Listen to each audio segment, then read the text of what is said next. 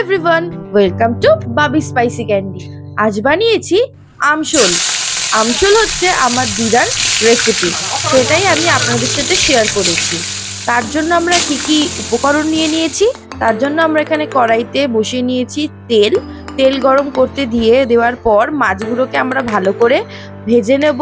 মাছগুলো ছেড়ে দেওয়ার পর ভালো করে এপিট ওপিট ভেজে নিলাম।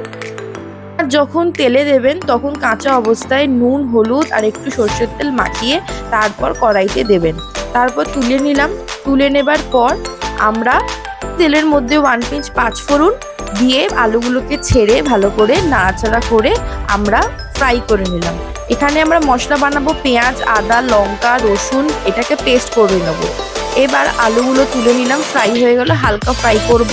সেই তেলে তেজপাতা আর সেই রসুন, সেই যে মশলাটা সেটা পেস্ট করে আমরা নাড়াচাড়া করে হলুদ, লঙ্কা গুঁড়ো, হলুদ গুঁড়ো, ধনে গুঁড়ো, জিরে গুঁড়ো, নুন স্বাদ মতো চিনি দিয়ে নাড়াচাড়া করে একটু কষিয়ে নিলাম। যেই তেল ছেড়ে যাবে তখনই আমরা ভাজা আলুগুলোকে দিয়ে দেবো। আলুগুলোকে দিয়ে ভালো করে নাড়াচাড়া করে নেব। নাড়াচাড়া করে নেবার পর আমরা এখানে আম কেটে রেখেছি, একটা আম দিয়ে দিলাম। আমি যেহেতু আমশোল বানাচ্ছি, নাড়াচাড়া করে জল দিয়ে দিলাম। জল দিয়ে এবার ভালো করে সিদ্ধ হতে দেব।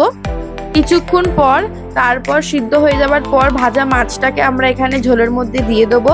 ঝোলের মধ্যে দিয়ে 2-3 মিনিট ফুটতে দেবো চাপা দিয়ে ফোটা হয়ে যাবার পর গ্যাস বন্ধ করে তৈরি হয়ে যাবে আমশোলের রেসিপি। সাবস্ক্রাইব করো আমার চ্যানেলটিকে, কেমন হয়েছে অবশ্যই জানিও।